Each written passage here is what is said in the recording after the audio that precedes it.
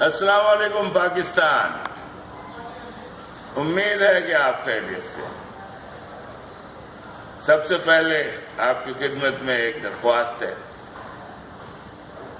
اس کچرے سے اور گندگی سے اور اس بدبو سے آپ کے ملک کی گلیوں نے، آپ کے گھروں نے، آپ کے معاشرے نے شادی کی ہے.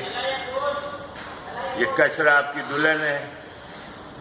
اس کو آپ اپنے سر پہ سجائیں گے، گھر کے صحن میں سجائیں گے تاج کی طرح.